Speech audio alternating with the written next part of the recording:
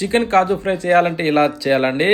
ఈ విధంగా చేస్తే సూపర్ టేస్టీగా వస్తుంది. ముందుగా మనం ఎండుమిరపకాయలని ఇలా నానబెట్టుకోవాలి. నానబెట్టిన వాటిని తీసి మిక్సీ జారీలో వేసి నానబెట్టిన నీళ్ళు పోసి ఇలా పేస్ట్ చేసి దాన్ని పక్కన పెట్టేసి స్టవ్ ఆన్ చేసి ప్యాన్ పెట్టి దాంట్లో నూనె వేసి చికెన్ కూడా వేసుకునేసి దాంట్లో కొద్దిగా సాల్టు పసుపు 2 వేసుకునేసి ఇలా కలిపేసి మూత పెట్టేసి బాగా ఉడకనివ్వాలి. ఉడికిన దాంట్లో ఇప్పుడు అల్లం వెల్లుల్లి పేస్ట్ వేసి కలిపి పచ్చి వాసన బాగుండిచ్చి ఉల్లిపాయ ముక్కలు వేసి కొద్దిగా అలా కలిపి మెత్తబడ్డ తర్వాత టమోటా ముక్కలు వేసుకునేసి వీటిని బాగా వేగనివ్వాలి.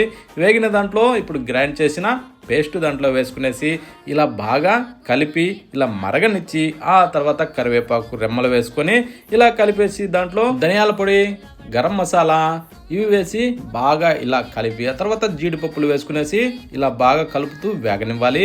ఇలా వేగిన దాంట్లో కొత్తిమీర చల్లుకునేసి ఇప్పుడు స్టవ్ ఆఫ్ చేసేసి వేడిగా సర్వ్ చేసుకొని తింటే సూపర్ అండి.